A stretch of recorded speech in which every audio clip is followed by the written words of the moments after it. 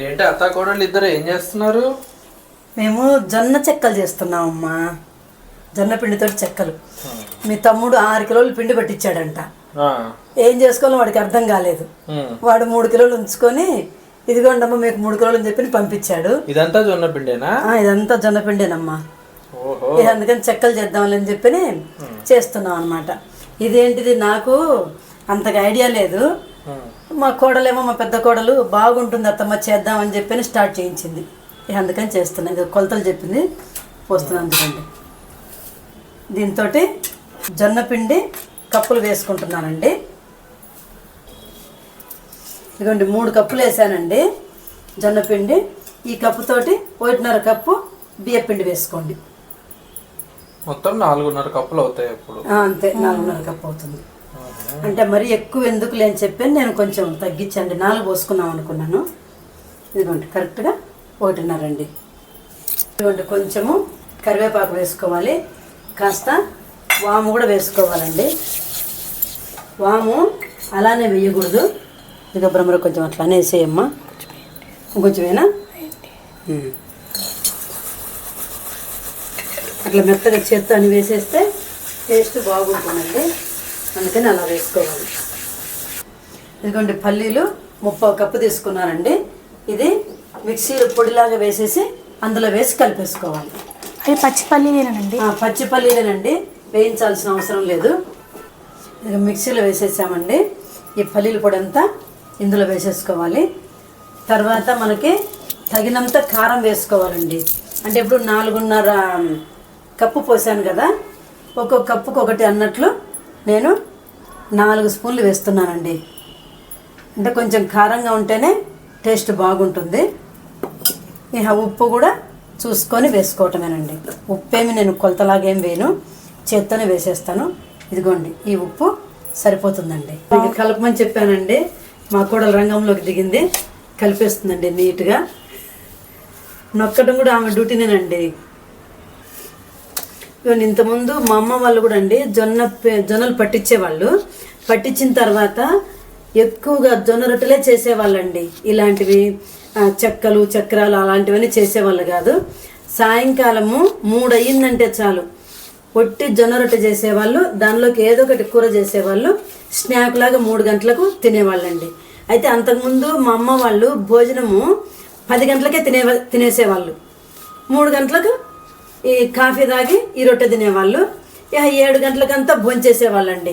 అయితే ప్రతిరోజు తప్పనిసరిగా జొన్న రొట్టె తినేవాళ్ళండి. అందుకనే వాళ్ళు అంత బలిష్టంగా ఉన్నారనమాట. ఇప్పటికి కూడా మా రాయలసీమ వైపు అంతా చాలామంది జొన్న రొట్టెలే చేసుకుంటారండి.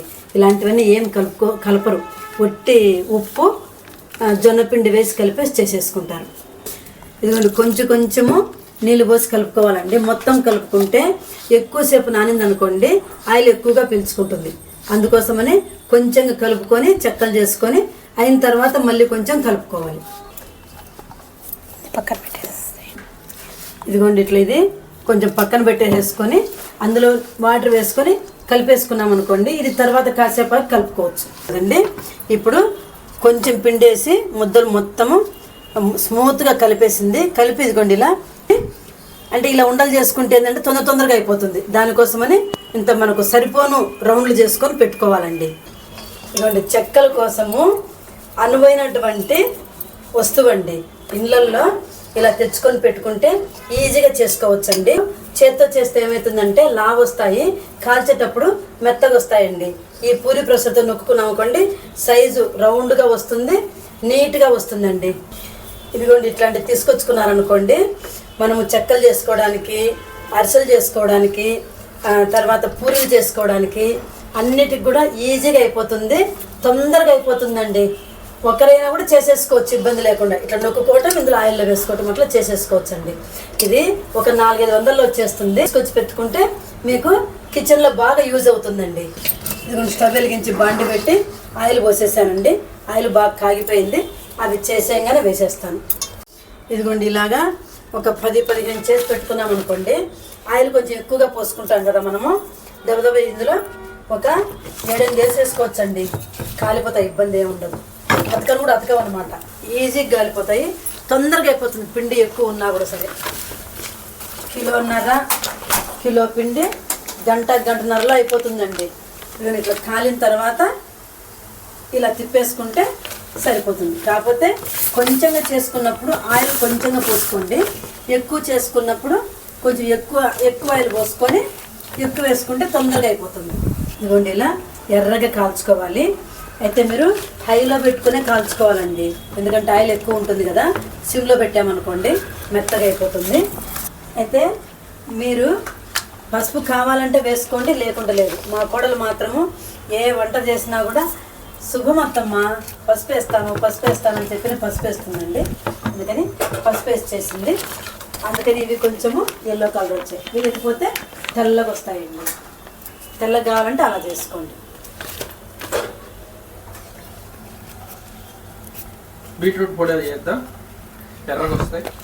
బీట్రూట్ పొడి దీంట్లో వేసుకోరు, దాంట్లో జొన్నలు రొట్టెలు చేసుకున్నప్పుడు వేసుకోవచ్చు. ఇలా ఒకరు ఉండలు చేసి ఇలా చేసేసుకుంటే ఇంకొకరు ఇట్లా ఆయిల్లో వేసి కాల్ చేసుకోవచ్చు అండి. చాలా తొందరగా అయిపోతుంది. ఇద్దరుంటే, ఒకరుంటే కొంచెం టైం పడుతుంది. అవునండి, అలా వీళ్ళిద్దరూ చేసేస్తే ఇంకొకళ్ళు వెనకాల నుంచి తింటూ ఉండొచ్చు. ఉన్నాడు కదండి మా అబ్బాయి తినడానికి. కాదు, అమ్మ భార్య చేస్తూ ఉంటారు, కొడుకు తిని పెడుతూ ఉంటాడు. అయినా మేము కూడా తింటాంలేండి, ఒక్కడే తినడు. ఇవి మనము ఇట్లా ఆయిల్లో వేసుకొని చేసుకుంటున్నాం కదండి. మా అమ్మ వాళ్ళు పచ్చజొన్నలు తెల్ల జొన్నలు అనేవి ఉండేవండి. పచ్చజొన్నలు ఏమో కొంచెము చేదొచ్చేది రొట్టె చేసుకోవాలంటే. అందుకని మా అమ్మ వాళ్ళు ఏం చేసేవాళ్ళంటే పచ్చజొన్నలు సగము తెల్లజొన్నలు సగం పోసి పిండి పట్టించేసి రొట్టెలు చేసేవాళ్ళు. అదొకటి జొన్న సంగటి కూడా చేసేవాళ్ళండి. ఆ జొన్నలు ఏం చేసేవాళ్ళంటే నానబెట్టి దంచేవాళ్ళు. దంచిన తర్వాత ఎండబెట్టేసేవాళ్ళు. ఆ జొన్నలన్నీ ఎండబెట్టిన తర్వాత బాగా ఎండుతాయి కదా, ఇసురాయి పెట్టి ఇసిరేవాళ్ళు. ఇసిరి ఆ రవ్వతోటి జొన్న సంగటి చేసేవాళ్ళండి. చాలా టేస్ట్గా ఉండేది. అందులోకి పల్లీల చట్నీ, ఆకుకూర పప్పు, టమోటా పప్పు, ఇట్లాంటివి దోసకాయ పప్పు అన్నీ చేసేవాళ్ళు. చాలా టేస్టీగా ఉండేదండి. ఇక మనం అట్లా సంగట్లు తినాలంటే తినలేం కదా, అందుకని మనం ఇలా చేసుకొని తింటున్నామండి. ఇప్పుడు ఇక నిండా వచ్చాయండి. సగము మా చిన్న కొడుక్కి కోడలికి, సగము మాకండి. అందుకని ఇన్ని చేశాను. కనీసము ఇంత కష్టపడి చేసుకుంటే ఒక 10 రోజులన్నా రావాలి కదండి, అందుకని ఇన్ని చేశానండి. చూడండి టేస్ట్ చూపిస్తాను.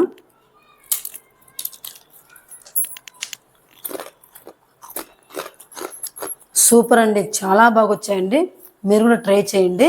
ఎలా ఉందో కామెంట్లో తెలియచేయండి. ఈ వీడియో నచ్చితే లైక్, షేర్, సబ్స్క్రైబ్.